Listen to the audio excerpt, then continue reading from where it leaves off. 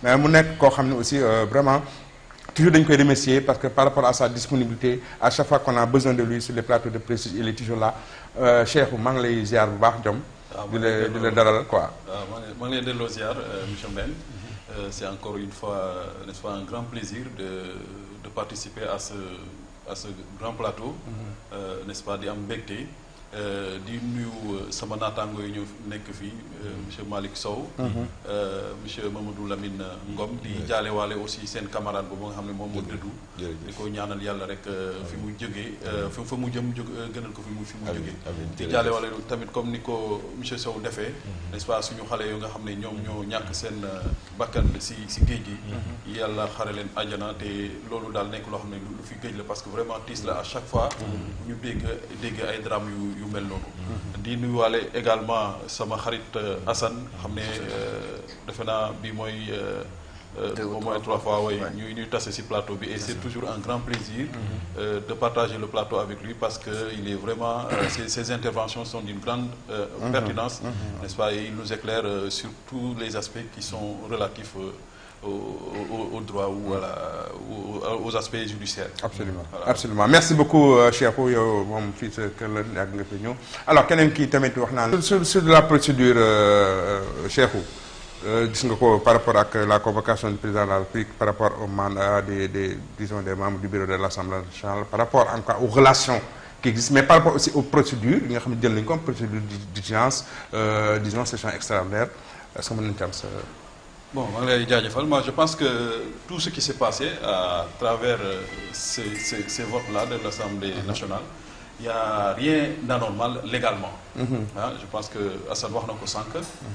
Par contre, li mu soulevé mooy le problème de la séparation des pouvoirs et de l'équilibre des pouvoirs, tel que théorisé et pratiqué d'ailleurs dans les grandes démocraties. Donc Assane wax na ko sànq, on a un régime qui est presque inqualifiable.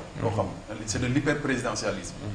Et ce qui est bizarre, c'est que le président voulait encore renforcer ses pouvoirs, malgré qu'il a des pouvoirs exorbitants à travers le fameux article 87.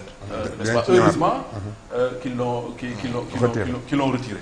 Donc le problème au Sénégal, c'est ça. Et ça ne remonte pas à son corps défendant, ça ne date pas du régime du président Macky Sall. Ça remonte en réalité à la crise de 1962 entre Mamadou Dia avec le bicéphalisme, n'est-ce pas, président du Conseil et le président de la République, Senghor. Donc depuis lors, Senghor étant hanté par ces problèmes de bicéphalisme, n'est-ce pas, en fait, est passé du régime parlementaire au régime présidentialiste ou semi-présidentialiste, ou on ne sait plus comment le... En tout cas, ce qu'on constate, c'est que on a un président qui a l'allure d'un monarque, en réalité. Effectivement. C'est un roi. C'est un roi, c'est ça. Hein, c'est comme Napoléon Bonaparte, le régime de Bonaparte qui est là. Hein, l'État, c'est moi. Moo tax anomalie malgré que ça soit légal, anomalie en termes de démocratie, ñu koy constater. Et effectivement, cet hyperprésidentialisme-là, même les modes de scrutin, n'est-ce pas, qui font que parfois, à l'Assemblée nationale par exemple, le parti au pouvoir ou bien la coalition au pouvoir peut être minoritaire en termes de voix, n'est-ce pas, mais avec le système Raougadou, devient majoritaire. Hein, et donc, ñoom ñooy buur di buur. Heureusement, avec cette législature-là et l'intercoalition, bon, on va dire cette, n'est-ce pas, cette, comment dirais, cette coalition de politique ou électorale, n'est-ce pas, l'Assemblée a pris une nouvelle configuration qui est d'ailleurs inédite dans l'histoire politique du Sénégal. Mais toujours est-il que yaakaar naa ne daal lii am ni procédure d'urgence bi lu ko waral. procédure bi mooy li mu expliqué sànq, c'est-à-dire. lu ko waral laaw lu ko waral. li ko waral mooy bon conclusion dialogue yi ci la ñu jógee bëgg nañ ko appliquer te bëgguñu nekk en déphasage avec les règlements de la CEDEAO bañ a dugg si 6 mois yi nga xamante ne dañu ne on ne change pas les règles du jeu à 6 mois. Sauf si les acteurs s'entendent. Oui. Oui, sauf s'ils s'entendent, effectivement. Mais je pense que pour ne pas entrer dans ces problèmes-là, n'est-ce pas, moo waral gaawantu bi ngay wax procédure d'urgence. Donc loolu rek la, mais quand même sur le plan légal, réglementaire, je pense qu'il n'y a pas, Mais c'est le système qui a un problème. C'est le système, voilà, effectivement. Alors, moi, je donne l'occasion de développer un peu, pourquoi nous retirer, etc. Article 87, dafa wone en fait président Macky Sall jëfinam xam nga sànq mu ngi naan dëkk bi léegi kenn wóolatul kenn mais lu ko waral Ablaye Wade dañu doon naan moom il clignotait à gauche ensuite tourner à droite mais Macky Sall gars yi neen daf doon clignoter sax daf ñu clignoter du clignoter yaa ngi laal la min waaw non maa ngi ñëw dafa am lu tax wax du clignoter moom il avance même dans la pénombre il avance les feux éteints ok day jékki-jékki rek fël n'est-ce pas ngeen fan la jaar mu ne këtt ni jon jox leen ko article 87 bi wane na ko xam nga article 87 ñëpp nee nañ bokkul woon ci dialogue c'était pas un point qui a été discuté durant le dialogue léegi lu ko indi te ñu waxoon ne li ñuy voté à l'Assemblée nationale ce ne sont que les points d'accord durant le fameux dialogue et là je pense que quelque part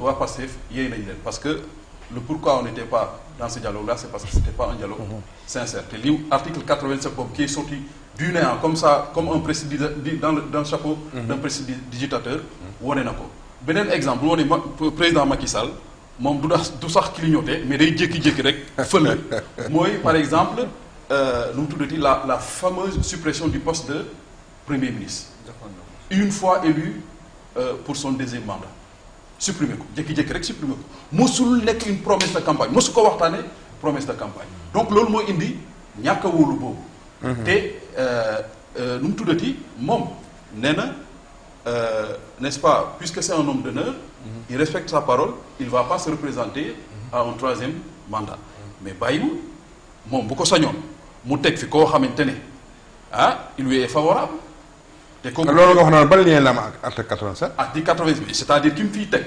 candidat am par exemple bu gagné mais dina mën a exécuter sa politique moom politique boo xamante ne moom bu ko sañoon moom président Macky Sall mën na ko y a même des analystes qui disent que moom rien ne l'empêche par exemple demain bon, c'est de la météo pas politique on va le dire mais quand même avec lui il faut s'attendre à tout suba mun na battre campagne comme il l'a dit d'ailleurs n'est-ce pas parce que la véritable raison peut-être qu'il n'a pas insisté sur la raison n'est-ce pas qui fait que moom mu bëgg dissolution ñu jox le président de la République mu am la capacité de dissoudre l'Assemblée nationale saa yu ko sauver alors que la loi existe c'est-à-dire pour des soucis de démocratie et d'équilibre des pouvoirs mais aussi de séparation des pouvoirs dañu waxoon mun nañu may président par exemple si jamais il y a un blocage institutionnel mu dissoudre Assemblée nationale mais dañu ne dootu ko may muy dissoudre nu ko neexee mun du ko dissoudre tant que 2 ans yi motuñu te loolu du lu bees même avant ce régime là je parle sous le contrôle de Assane le président avait la possibilité de le faire mais après 2 motions de censure donc xam nga loolu yëpp ay genre kii la woon garde-fou la woon pour justement diminuer ce pouvoir exorbitant du président de la République mais bu ñëwee génne ko noonu donc nit ñi mun nañ xalaat ne y a des calculs derrière parmi lesquels par exemple moom mun na def noonu mettre quelqu'un faire de sorte que son candidat par exemple qu'on ne connaît pas encore gagne la présidentielle n'est-ce pas pour que mu coupler cette présidentielle là avec les législatives parce que loolu mooy la véritable raison ñoom bi ñuy avancer c'est-à-dire dañuy yaxanal nee nañ yaxanal bañ à chaque voilà couple comme ça ñu mën a coupler la présidentielle et les législatives bokk na ci exposé de motifs voilà loolu moo ko gën a wund sax mais loolu li may laaj mooy ñoom depuis 12 ans presque yaxanal boobu ñoom xanaa ñaata élection législative lañ fi dawal 11 ils ont organisé 11 élections 11 élections waxuñu waxu yaxanal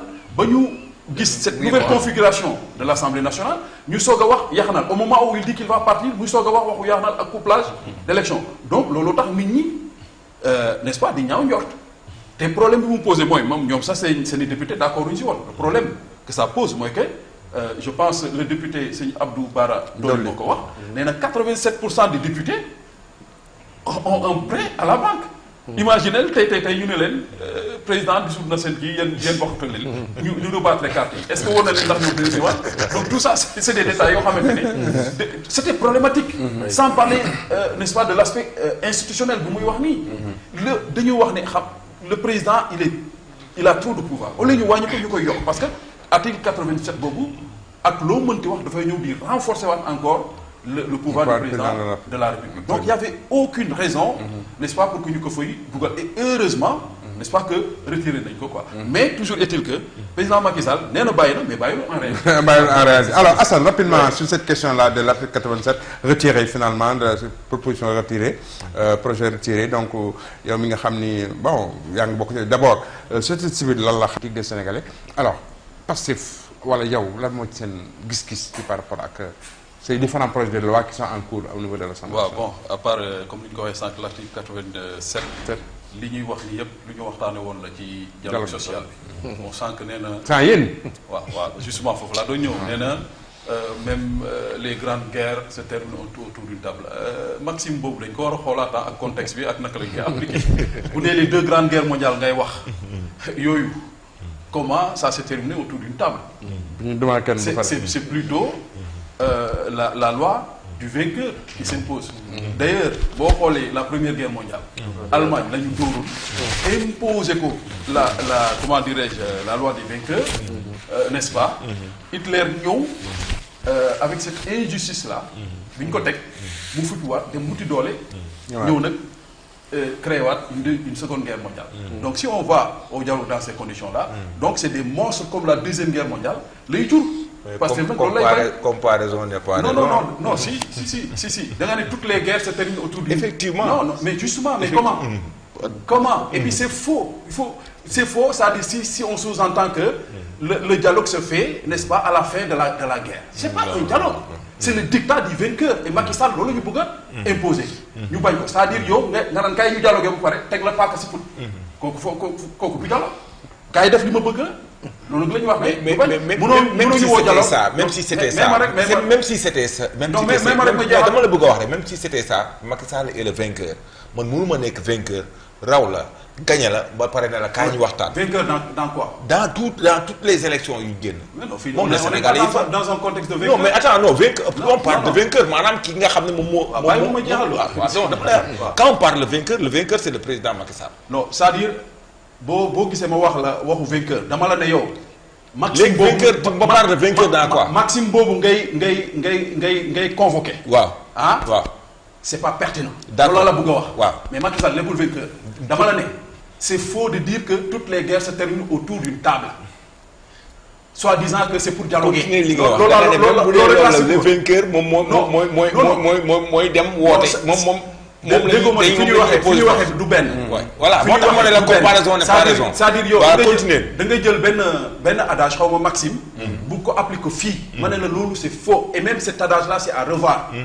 loolu la bëgg a wax mais quand on revient maintenant à ce dialogue là dama la ne ce contexte bi ñu nekk.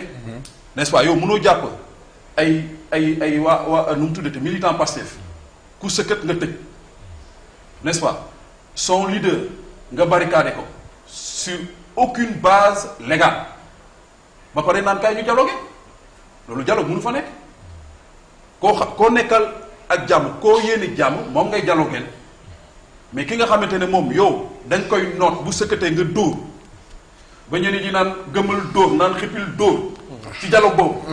kooku nga koy wax naan kan yole. waaw donc il est dans ses droits mu ne man du ma dem ci dialogue boobu. mais dans tous les cas Cheikhou finalement donc les conclusions de ce dialogue là.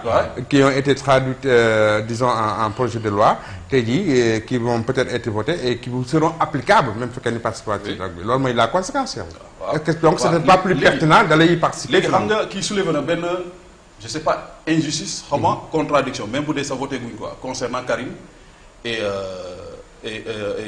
Khalifa Sall.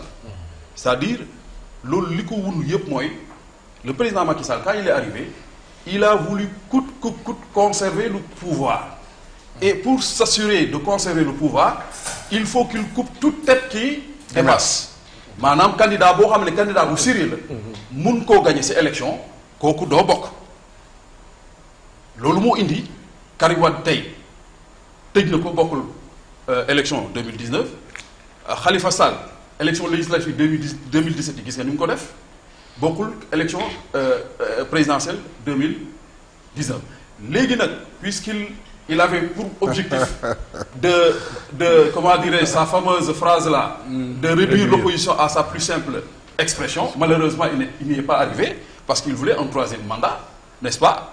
Avec cette pression-là de l'opposition radicale, de la population, et qui a été externalisée au niveau international, donc il a fini par reculer. Mais, bàyyeegul. Donc, lolo indi lii yëpp léegi.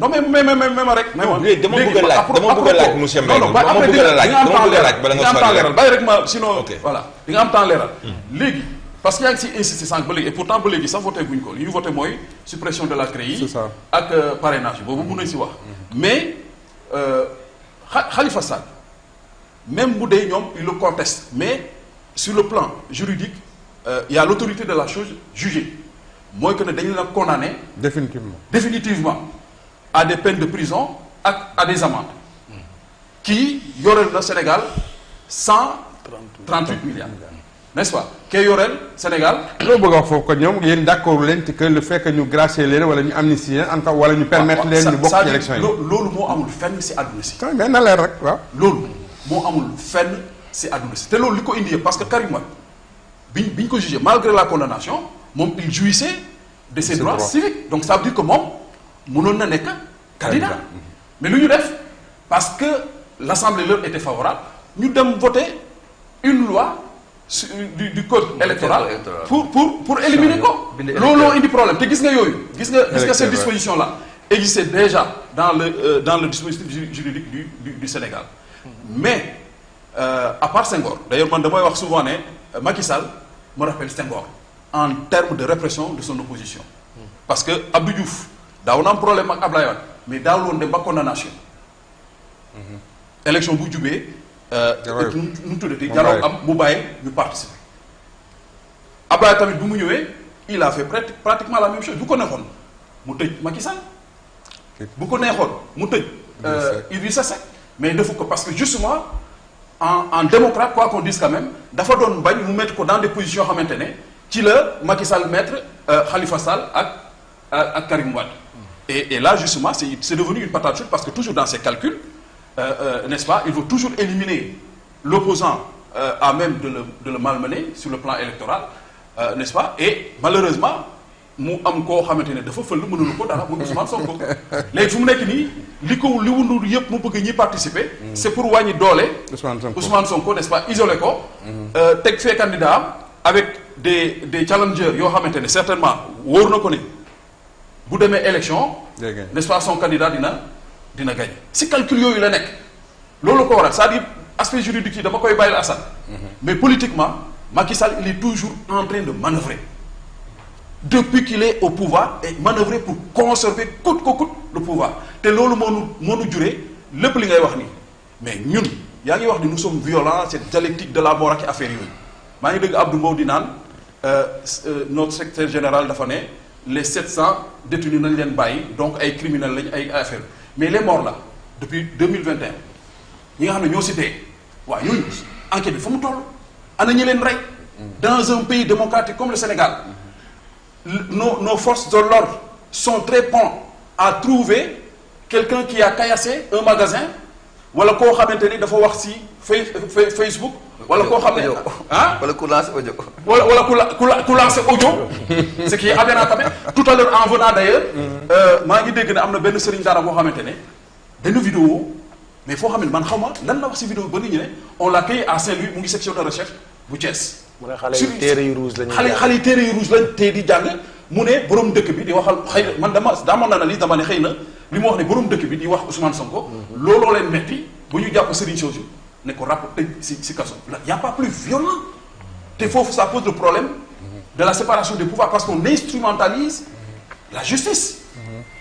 On instrumentalise la justice au profit du politique te loolu moo ñu indi problème yi yëpp donc boo ñëwee si CREI encore.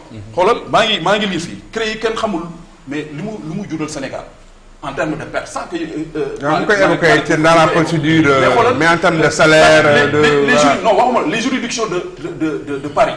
mais daan nañu effectivement te en dernière instance la. ay près de 168 milliards la Sénégal amène Bibo Bougie. loolu yëpp si procès Karim Wade bi te léegi nag nee nañ Karim Wade na ñëw bokk si. te pourtant nee nañ Karim Wade ñaata milliards la yoreel Sénégal d'après le verdict waa xaalis boobu nu ñu koy def da koy remboursé wala du ko remboursé Khalifa Sall 138 milliards da koy remboursé wala du koy remboursé ak naka lañ koy defee ñoo xamante ne normalement Khalifa Sall en tout cas inscrire wul ci liste électorale yi qu'est-ce qu'on va faire dañ koy ubbil moom kese kontom donc liste yi moom mu dem bindu alors que depuis le 30 mai on a tous les problèmes. Je comprends que dans ces calculs n'est-ce pas pour conserver donc yéen que ça soit la loi sur Karim wala sur Khalifa éventuellement yéen ñaari loi yooyu par exemple ça ne vous agrée pas du tout bu ma comprendre ce raisonnement mais aussi en même temps par rapport ak parrainage bi ak parquet financier bi aussi c'est après dans les idées moom wax na ko de franchement c'est le propre du Sénégal d'ailleurs maa ngi dem quoi waaw sur le papier Sénégal dañuy bind boo dindee politique bi aspect politique bi mais ay textes yu leer nañ mais après dans l'application duñ koy dans l'application duñ koy jaxase la CREI mais bu mu ko yëkkatee pour Karim Wade ñëpp waxoon nañ ne c'est pas une juridiction bu baax bon mu xaar bay jeexal di ko soog a supprimer nit ñi aussi mais seen xel dina téye est-ce que c'est pas pour se protéger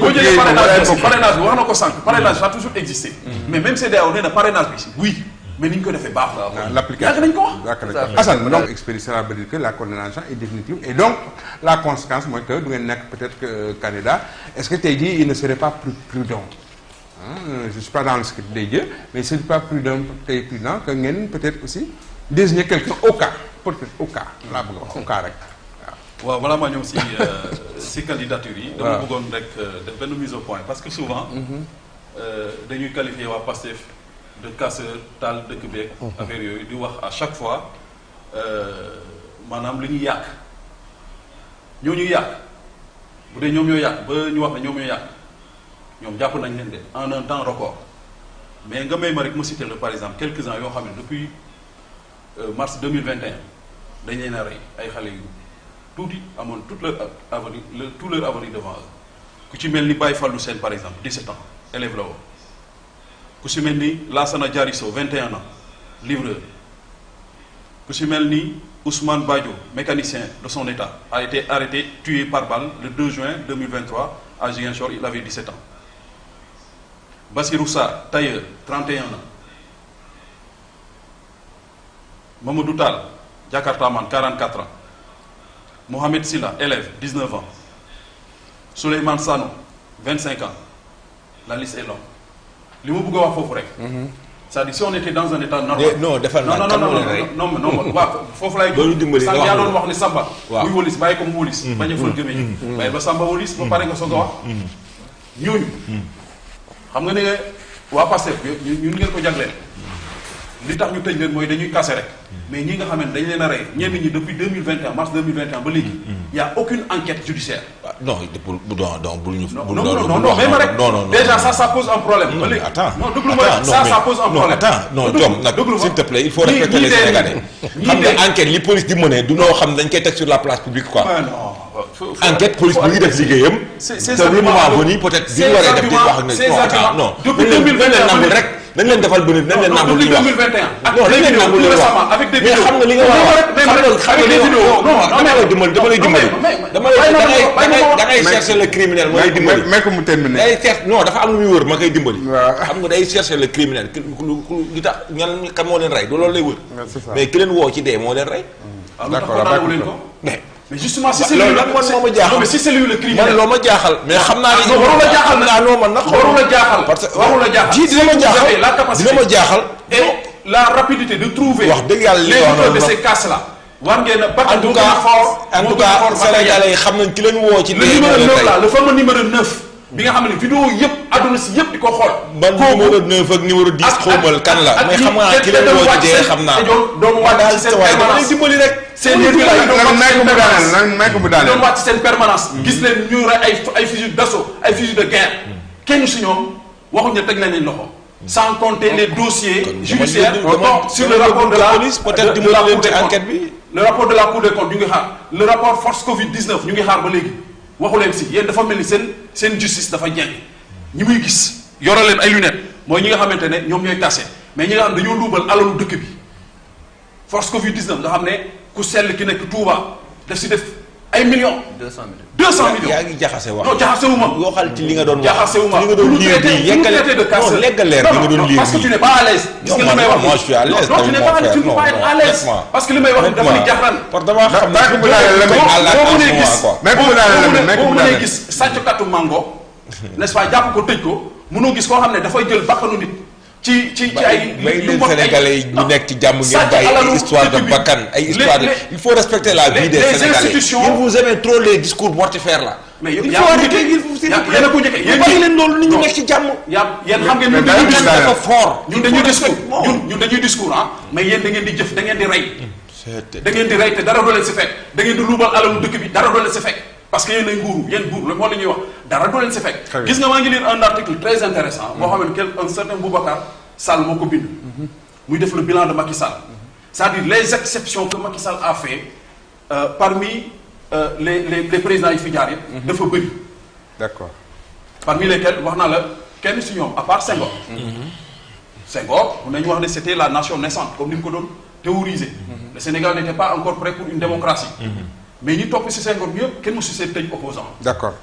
léegi bu ñu dellu si bu ñu dellu seen leader Ousmane Sonko léegi bu ñu si suñu leader bu dee ay caractère lay la je pense que bi politique Sénégal commencé ba léegi y a qu'un seul leader politique ba boo xamante ne ay militants am bokk ñu bëri ci Sénégal moom la ñu wee mu sell bi kooku mënoo wax ne amul ay valeur mu sell bi parce que dañ ko bëggoon taxal inventel ko benn dossier boo xam ne naan sax na jiiñ nit ki ban dossier la ban Adji Sarr waaw jiiñ ko pendant 2 ans dafa dañuy damay wax dañ lay dimbali xam nga yaa fi woote mu sell bi ñu fekk la ca bërëb boo xam ne bugguma ci sax jaar loolu noo koy tuddee bërëb ba si jaar si non bugguma ci jaar non si jaar parce que sellul bërëb bi sellul xam nga bërëb bi non dara waxu la ne sellul waaw bu sellul lu mu def moo yées lan moo ko yéesal lu mu doon def non lan moo ko yéesal non dama lay laaj comme moo sell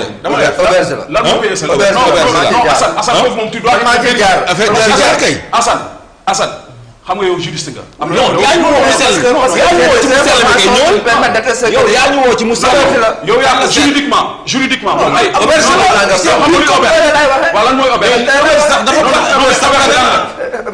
sémantiquement auberge lan la waaw non wax ko yow yaa wax ne auberge la yow yaa ñu woo ci mu sell sur le plan juridique sur le plan sémantique nee na ma auberge la mu ñu d'accord non waaye mënu ma wax nag absolument léegi da ngay bàyyi moom juriste bi juridiquement parce que la chose a été jugée n'est-ce pas est-ce que une seule fois dans le procès dégg nga ñu ne Sweet Beauté auberge la mais auberge la non bu ne auberge la xam nga yow sax non déglu ma non mais teg ko fenn yow xam lañ la fi tege juridiquement mënoo ko justifier auberge bien sûr et c'est facile à justifier non déglu ma rek non da nga change bàyyi ma fàttali ko mais ma rek ma fàttali ko yow dafa def émission nga ne c'est une maison close léegi yow tey nga ne auberge la mais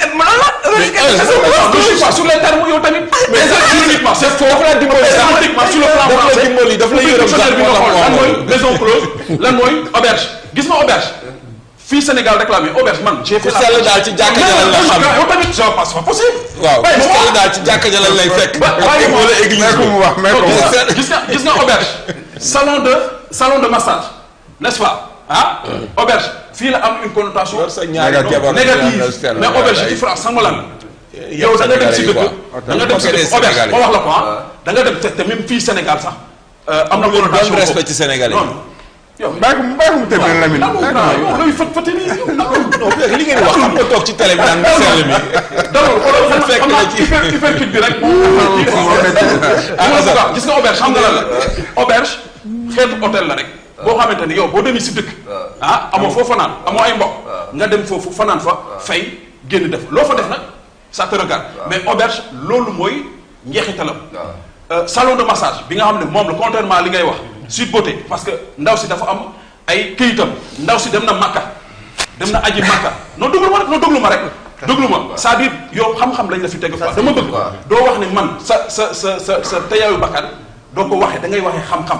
loolu lañ la fi tege. tu es un chroniqueur juridique dama bëggoon nag yow c'est-à-dire balaa ma doon kontaan rek. nga ne ma juridiquement nu mu tuddati Sweet Beauté du salon de massage mais auberge la. këyitam yi lii lañ ci bind auberge lañ ci bind. mais non pas non mais si. loolu mooy sa valeur juridique buñ ko laajee ay papier lay wone donc juridiquement et pendant tout le procès mosoo dégg fenn ñu wax ne. nu mu tuddati maison close la comme yow ni ko fa doon waxee une fois tey nga ne auberge la juridiquement wane na papier yëpp. yan papier la wane. non papier yi tax muy exercer. mais Cheikh ni ne yaa agrégé de commerce. mais Cheikh ba gars yi tamit may leen bàyyi ko mu daal leen tamit quoi. non c'est parce que ça man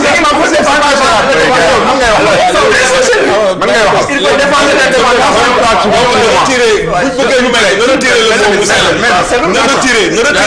effectivement parce que waa ji moo njëkk a daanu sax mais retirer le mot Moussel boo bëggee ñu bàyyi la nga jàll ma tuuti léegi yow man leen rek rapidement pour une seconde si ngeen gars yi génn nañ ñoom ñëpp taxaw nañ ne ma temps jeex na tu suis avec moi mais je veux te permettre de terminer ton intervention tey jii Ousmane Sonko reste et demeure votre candidat. Effectivement.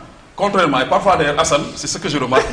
Hassan, non, c'est-à-dire, non, dafa am lu mu wax, c'est-à-dire, moi, normalement ici, c'est l'homme de l'art, en ce qui concerne les aspects juridiques.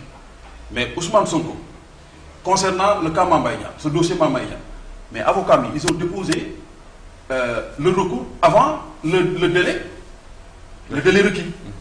loolu kay defe naa c'est sur la place publique ñëpp a ko xam d'ailleurs wax na ko. yëguma ko waaw yëgoo ko loolu moo tax yëguñu ko. non non yow wax na yëgoo ko. man recours parquet bi laa yëg en procureur recours bi mu def. ba ñu jugé waat ko ci cas Mame Mbaye Niang bi. ñu changé waat procès bi au lieu de 2 mois def ko 6 mois. mooy cas Mame Mbaye Niang bi. procureur dugaloon na appel bi léegi après ba ci la avocat bi génneen naan ba fi ñuy waxee nii Sonko mënta nekk candidat. mais non mais non. mais bi yëgu ko néew ma amul de. Jom néew ma amul de dama ne yëgu ko. Ces avocats mais Ciré Clédor Ly moom moo génn bi ñu demee déposer après le deuxième jugement là dem na déposer recours loolu c'est des faits allez vérifier donc xam nga voilà tu nous en informes yëguñu ko je vous informe ñu ne ci plateau bi yëpp maçon nañu ne ni yëguñu ko parce que la deuxième fois yëguñu ko waxuñu amul dañoo ne yëguñu ko waaw xëy na kay yëg nga ko dañ la koy nangu tu nous en informes ak d'accord buñu gën comme ni ma la yëgale woon ne si texte Pastef fii binduñ ci non cumul n'est-ce pas yow déglu ma rek non je t'ai de toute façon il y a 38 xaw ma lan maire bi ñu xaw ma bu ñëw foofu il ne sera pas da nga juum moo ko wax mais de toute façon moo ko wax gis nga yow da nga même Assane seen maire nee na Assane Sonko mu jël engagement bi moom cet engagement la langage Assane tàggatoo balaa di ñëw waaw di tàggatoo bi laa leen bëgg a may parce que sinon damay tëj émission bi franchement alors donc leer na Assane rapidement toi aussi non il faut voir si candidature mais jaxal plusieurs fois day topp gars yi nee naa la wax ak man wax ak man naa plusieurs fois jox naa la occasion pour nga wax te ñu on est les élections c'est demain bàyyi leen bu leen déglu waxal ak man ils sont dans leur rôle ils vont te perturber waxal ak man yow tu le sais kii bëggul nga wax xam nga ko du xam nga ko leer na Assane xam nga alors donc yow wax ak man aujourd'hui quelle est votre situation comment vous la jugez et quelles sont les stratégies que vous avez mises en place pour que Ousmane Sonko soit véritablement candidat man loolu laa bëgg xam. waaw léegi li ma bëgg a wax. et au cas bu nekk candidat xam nga Ousmane Sonko. ñoom fi ñuy waxee ne moom mënul nekk candidat mooy les dossiers juridiques. bu njëkk bi mooy dossier Mame Mbaye Niang. Mame Mbaye Niang am na recours nga ne. l'autorité de la soo jugé amagu si. def na recours c'est suspensif. D'accord la décision est suspensive. D'accord n'est-ce pas loolu moom. bu Adji Sarr léegi bu Adji Sarr bi tamit. contumace la xam nga sax am nañu la dame a déposé un recours. nu mu tuddati Sweet Beauté Ndeye Khady n'est-ce pas déposé le recours mais aussi dans ce cas-là Pape Moussa Sow bu nekk par exemple mun naa ko citer. dans Walfadjri moom dafa wax ne Ousmane Sonko tey bu ñu ko jàppoon moom. bu ñu ko jàppoon c'est-à-dire dañuy rejuger. dañuy defaat le procès en l'état. Ça veut dire quoi? Ça veut dire que au moment on reprend en l'état mais sans qu'il soit emprisonné. Bien sûr. du nekk parce que bi ñu koy jugé moom il était libre, c'est-à-dire il peut comparaître libre. D'accord. donc le procès là mën nañu ko reprendre à tout moment. oh bu nekkul cas boobu tamit moom mun na dem constituer au prisonnier. non bu boobaa. on reprend le procès. donc est-ce que instant boobu pour ce deuxième dossier là. est-ce que il est définitivement condamné ou pas malgré je l'ai dit cette bizarrerie n'est-ce pas judiciaire là. donc foofu la ñuy waxee ñoom li leen arrangé xam nga lan la dañoo ragal Ousmane Sonko ragal be ñoom ñëpp les pseudo opposants yi ngay gis ni moom mu ngi wax sànq ne ay parti moom bilaay bi may ñëw fii moom mi maa ngi soog a dégg son parti boo ma neewoon ne kii mooy son leader du ma ko xam te pourtant ñu ngi commencé yàlla Assane rapidement comme premièrement nag on n'a pas trop de temps sincèrement on ferme l'émission mais dama bëgg expliquer rek que ni man duma waxantu et télé laa nekk bu ma ko dalee ba wax ba léegi kenn dindiwu ma nee naa leen moi je travaille dans la santé je travaille particulièrement dans la lutte contre le VIH/Sida et j'ai la cartographie de l'ensemble des maisons yi ngay tuddee auberge yi nga xam si ñoo ngi si périmètre géographique gu Dakar yi nga xam si dañ fay am ay góor ak jigéen yu lëkkaloo parce que dañuy bañ virus bi di transposer wu jóge ci les travailleurs de sexe ñu def ci population générale mënu ma ko bàyyi quoi non c'est-à-dire débat boobu mënu ma ko bàyyi mu argumentaire n'est-ce pas yow yaa ne ko mu tax la juridiquement ak yow mu wax la fan la ko teg waaw mais li muy wax ni entré loolu la lay tontu mais loolu dafa amul Assane dafa wax ne maison close la lu muy nekkee maison close est-ce que c'est légal? La cartographie. Non, une maison close. Est-ce qu'elle est légale? C'est légal. C'est légal. Ban texte moo ko wax? La ma texte c'est légal. waaw génne ma texte bi wax ne. Non parce que une maison close. boo xam ne constitution lay fay am kayit ñoom lañ gën a contrôler Sénégal. reconnu comme maison close. ñoom lañuy gën a contrôler Sénégal. mais la sexualité. waaw mais bu boobaa dañ koy la prostitution est légale au Sénégal. waaw je suis d'accord mais maison close laa la wax. C'est légal. bu boobaa nu ñu koy woowee maison close. Non. Juridiquement Sénégal fii dañ naan hôtel. auberge loolu waaw te Sweet Beauté lu tax ñuy wax salon mais waxuñu auberge waxuñu maison close la ban couverture la parce que buñ bindoon buñ Assane da ngay wax lu la neex li ngay wax ne munoo fexe cartographie bi ma yore cartographie bi ma yore c'est une fausse cartographie des points chauds on les appelle des points chauds su ko points chauds Sweet Beauté ci la génneel ma ko li ngay wax ni sax yow rek la engagé ñëw sama bureau non boo ñëw te émission fa wala nga génne ko ci sa portable j'ai des données confidentielles non mais ce qu'il dit est archi faux j'ai des données confidentielles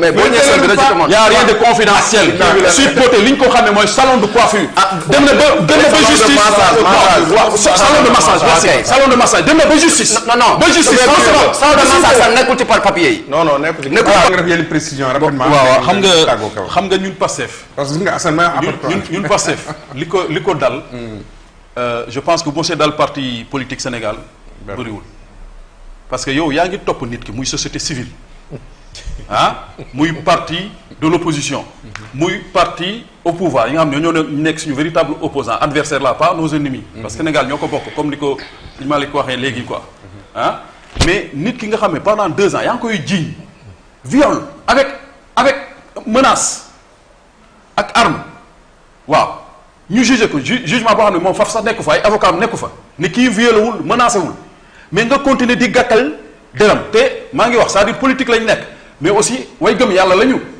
te gis nga dossier Ousmane Sonko bi buñ ko atte woon ci charia ñu bëri den fi lakk parce que bëri na non déglu ma rek non vous avez la parole il faut nga bàyyi ma wax quoi xam nga donc je pense que ce débat là ne devait plus se poser débat ay Ousmane Sonko dafa dem fukki mu sell mi nit ñee koy wax comme ni ñuy waxee président Macky Sall déedéet déedéet non déglu ma rek ay minutes ko waxati pardon c'est pas pareil waaw mais dama la ne ni ñu woowee Macky Sall président Macky Sall te bugg leen sax ñu woo ko sans ñu toftal si président mais Ousmane Sonko noonu la ay millions wu Sénégalais dafay seen xol di ko woowee mu sell mi te mu sell moobu c'est pas ex nihilo dafa am fu mu jaar am lu mu wone mais loolu amul. non déglu ma rek. non mun na président yëpp xam nañ mooy président. waaw yow seetlu mais yow xam nañ ko. waaw Ousmane Sonko. waaw nga foog ne yow ak waa APR yéen a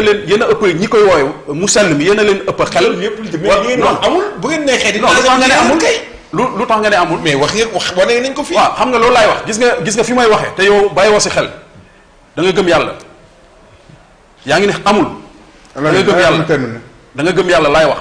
parce que am na un jour là ñuy campagne ni benn boy di naan non nangam sang ma ne ko gis nga déjà li caaxaan la pour man te dëkk la ñuy tabax Sénégal lañ bëgg a tabax n'est-ce pas non déglu ma rek loolu mënoo fexe ba mu mën a am parce que médecin bi gis nga son dossier là bu ñu see yemaloon rek si certificat médical comme ni ñu ko defee ak si Tordu nga xam ne cas moo gënoon litigieux moo gënoon grave avec des preuves à l'appui te pourtant moom dañ ko acquitté sans cette farce de corruption de la jeunesse bosam moo gën a critique te pourtant bàyyi nañ ko mu dem sur la base d'un certificat médical moo tax ma ne leen bàyyi leen tuumaal bi parce que bu dee gëm ngeen yàlla bàyyi leen tuumaal bi parce que suba àllaaxira am na ma yem foofu donc li may wax c'est-à-dire waaw ma tàggoo maa ngi vraiment gërëm ñëpp ñi fi nekk sama naataango yi n'est-ce pas parfois débat bi du neex première partie bi neexoon na parce que tegoon nañ ko si yoon mais bu ñu si indee loo xamante ne bokk si rek day mujjee yàq débat bi quoi n'est-ce pas non man indiwuma ko indiwuma ko yow dañ la door kawoo nga bëgg a jóg ba pare yóbbaale ñu dans les égouts là c'est ça son problème quoi waaw loolu laa dul merci beaucoup voilà donc di la gërëm grand di rafetlu kàddu yi fii jib yëpp n'est-ce pas bon di ñaan yàlla rek Sénégal comme ni ko ñëpp di ñaanee n'est-ce pas ñu am élection présidentielle et non pas sélection présidentielle ñu bàyyi ñëpp bokk n'est-ce pas ñu teg ko ci yoon bàyyi ay dossier ndax xandang yoo xamante ne teguwul fenn n'est-ce pas bàyyi Ousmane Sonko mu bokk parce que loolu moo war a am. Absolument.